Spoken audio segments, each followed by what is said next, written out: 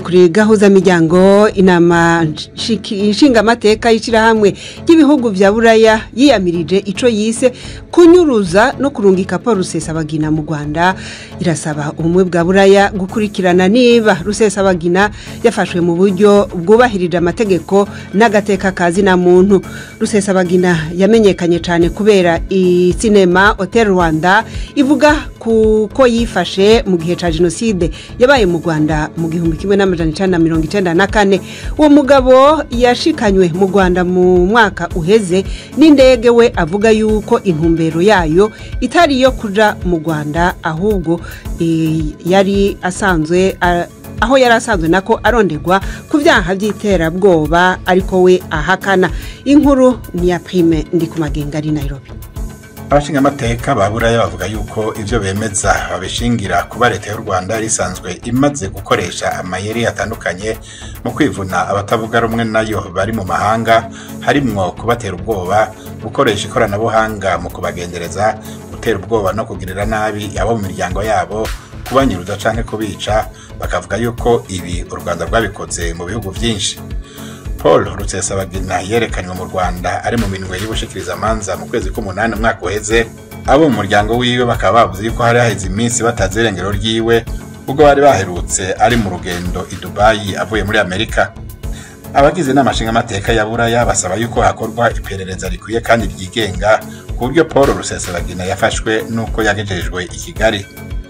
Abo bashinga amateka basaba ishirahamwe rya Buraya kugira ico rikoze ubwo nyene mu kuraba niba ifatwa hamwe n'urubanza bya Rusesabagina bikurikije amategeko n'iyubahirizwa ry'agateka kiwe nk'umwene gihugu w'ishirahamwe rya Buraya kuko asanzwe afise ubwene gihugu bw'Ububirigi.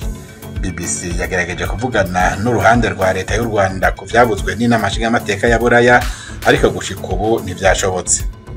Paul Rusesabagina yagirizwa ivyaha bishingiye ku bitero vy'inyeshamba za FLN z'umari mpuzamigambwe MRCD. Rusesabagina akaba yarasanzwe ari cegera c'umukuru wabo. Urubanza rwiwe mu mizi bitegekanijwe yuko ruzotangura kuwa gatatu w'indwiza. Prime Ndikumagenge, BBC gahuza miryango, Nairobi. Arakoze Prime Ndikumagenge. Nkuko mvyumvise rero twagerageje kumva ico u Rwanda ruvuga kuri ayo majambo y'abashinga amateka bumwe bwa Buraya, ariko rero ntivyadushobokeye.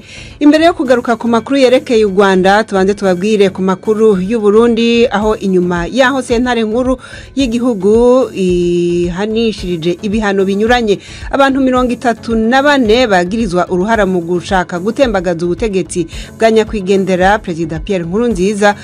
Urunani rw'abunganizi mu mategeko rurimwo abarundi Justice for Burundi muri yindwi rwarasohoye urwandiko rugaragaza ko urwo runani runegura uko urubanza rwaciwe. Iyo nyandiko rero ivuga yuko urwo rubanza rwaciwe abaregwa batari mu gihugu rukabangogwa rushingiye ku mpamvu za politiki. Abo bunganizi bakaba bavuga yuko bagiye kwitura ubucamanza bwo mu mahanga kugira ngo barenganure abahanywe na sentare yo mu Burundi. Navuganye na Maître Lambert Nigarura ari muri urwo runani atangura kumbwira ico batashimye muri urwo rubanza. Tunegura ko urubanza rwaciwe rukacibwa rutaburanye. Nivyo amategeko aratekanya yuko ashobora kuba urubanza nk'ubwo mu gihe abakekwa ko icaha baba batari hafi cyangwa baboneke. Mugabo uravye abakurikiranwa ukabona bamwe mu bashingwamanza dusanzwe turi kumwe mu gufasha imiryango y'ababuze ababo, ukabonamwo bamwe mu baharanira agateka ka muntu muzi yuko amashirahamwe yigenga ariyo yatabaje kuva ikiringo c'umuhisi Nkurunziza kigitangura, ukabonamwo amenyesha amakuru muzi yuko amaradiyo yigenga yagize uruhara rukomeye mu kugira ngo amenyeshe abarundi n'amakuru amabari karakorwa. Urabonamwo ko atari inzira y'ubutungane, ari inzira y'ukuzivya ukuburagiza abantu bose bagize ico bavuga baciye kubiri n'umugambi w'umuhisi Nkurunziza n'umugambi w'iko butegetsi. Ntushobora gucira urubanza rungana kurya abantu batisiguye atani ivyemezo bigaragara werekanye byotuma bacira urubanza nka rumeze kurya. Kumenga benshi mu bavugwa muri uru rubanza baja baragiye hanze y'igihugu, ubutungane ikindi bwari gukora n'ikihe batitavye.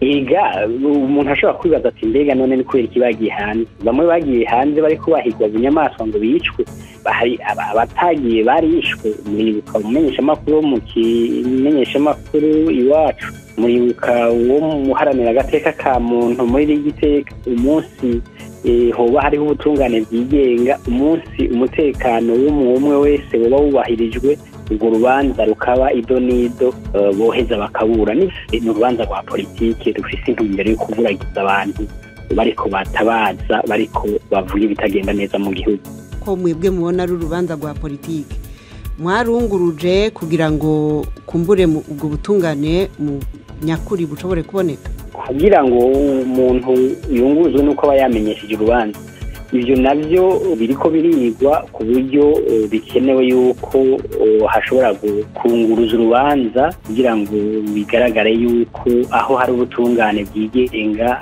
kugira ngo unguruze urubanza nuko mu gihugu abatayungurizo ririmwo canke mu gihe haba hariho umutekano muke atavyo guheza urubanza mu gihugu bishoboka gihambaye nuko leta naho muguma mubivuga gutyo ubutungane bw'u Burundi bwaraciriye urubanza babana ni ukuvuga ko urubanza rurahari igisigaye abatarushimye igisigaye kuba rukungurutse ivyo ntibirakorwa muga nta mwanya uratakara ariko bizokorwa bazokwitura ubutungane bushobora kubatunganya ubutungane bw'u Burundi nibwo bwaciye urubanza nta bwigenge bufise ntacyo kwitura ku butungane bw'u Burundi mu gihe ari ubutungane mpuzamakungu n'ubutungane bw'akarere ariko twihweje ukuntu inzego za sentare zikora mu Burundi uru rubanza rwari rugifise iyungururizo mu gihugu sivyo yego urubanza rwaciwe bwa mbere ivyo bita premier degré none izo zindi nzego mwariko muravuga zo hanze zirashobora kwakira urubanza rutaheze mu gihugu yego ivyo birabaho biratekanijwe mbere n'amategeko hariho ivyerekana yuko uheza urubanza mu gihugu bidakunda biciye ku mvo z'umutekano canke ubwigenge butagaragara mu gihugu bigatuma ushobora kwitura amasentare y'akarere canke mpuzamakungu. Maître Lambert Nigarura ni BBC gahuza miryango tugeze ku isaha imwe buri munota 13 mu karere k'ibiyaga binini.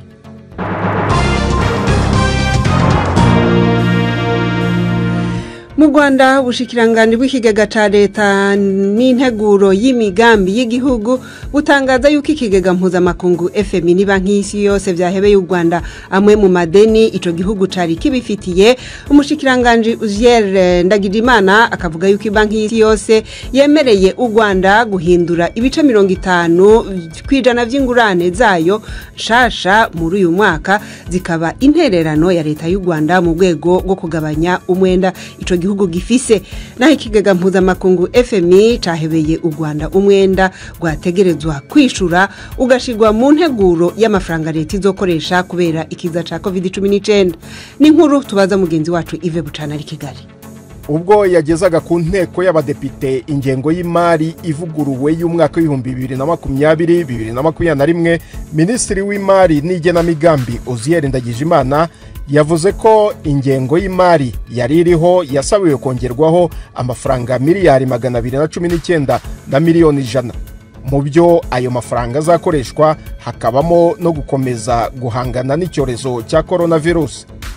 Ingengo y'imari yari iriho kuva ku itariki ya mbere z'ukwezi kwa karindwi umwaka ushize yari miliyari 3 na miliyoni 245 n'ibice 7 y'amafaranga y'u Rwanda.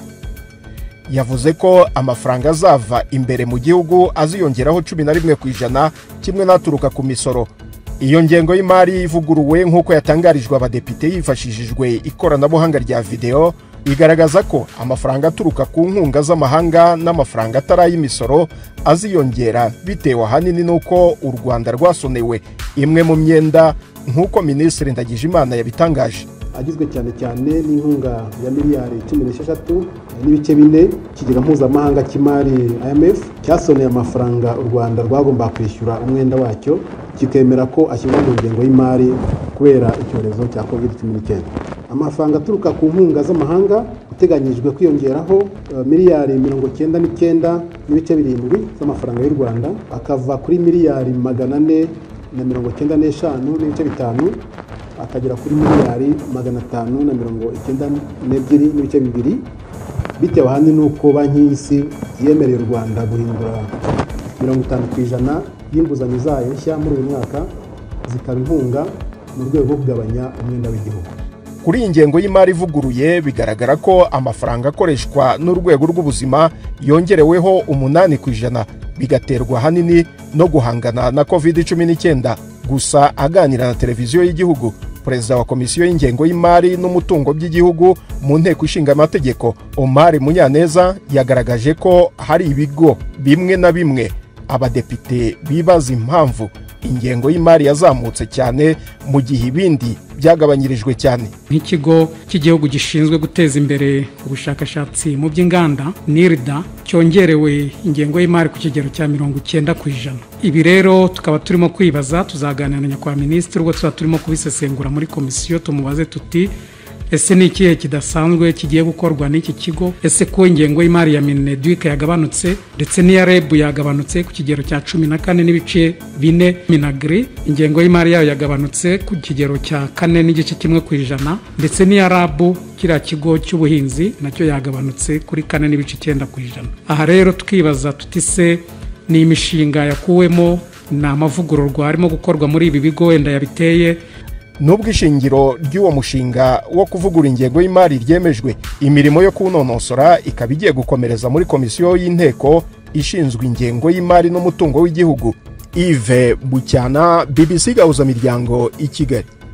Leta ya Ethiopia yemeje yuko hari igitigiri kinini c'abagore bafashwe ku nguvu mu karere ka Tigray kari mu buraruko bw'igihugu, aho ingabo za leta n'abadifasha bariko barahangana n'abagwanyi bo muri iyo ntara. Inkuru ya Mary Harper mwishikizwa na Victoria Uwonkunda. Minisitiri ushinzwe imibereho myiza y'abagore Filsan Abdullahi yatangaje ko akanama kadasanzwe kavuga gashimitse kandi nta gushidikanya ko gufata abagore ku ngufu byakozwe. Avuga ko ako kanama kasuye umurwa mukuru w'akarere ka Tigray Mekele n'undi wegeranye nawo wakwiha. Ngo yiteze ko umubare w'abagore basambanyijwe ku ngufu ziyongera, abagize ako kanama bamaze gusura utundi duce. Akanama kashyizweho na leta gashinzwe uburenganzira bw'ikiremwa muntu ejo kavuze ko abagore 108 basambanyijwe ku ngufu mu karere ka Tigray mu mezi abirashize. Umubare nyawo byitezwe ko uzazamuka cyane, nubwo bwose ikumira ry'isakara ry'amakuru ava muri ako karere rituma bigorana kubona amakuru yizewe.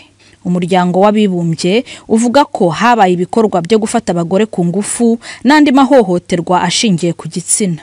Hari naho bivugwa ko hari abantu bahatiwe gusambanya ku ngufu abantu bo mu miryango yabo.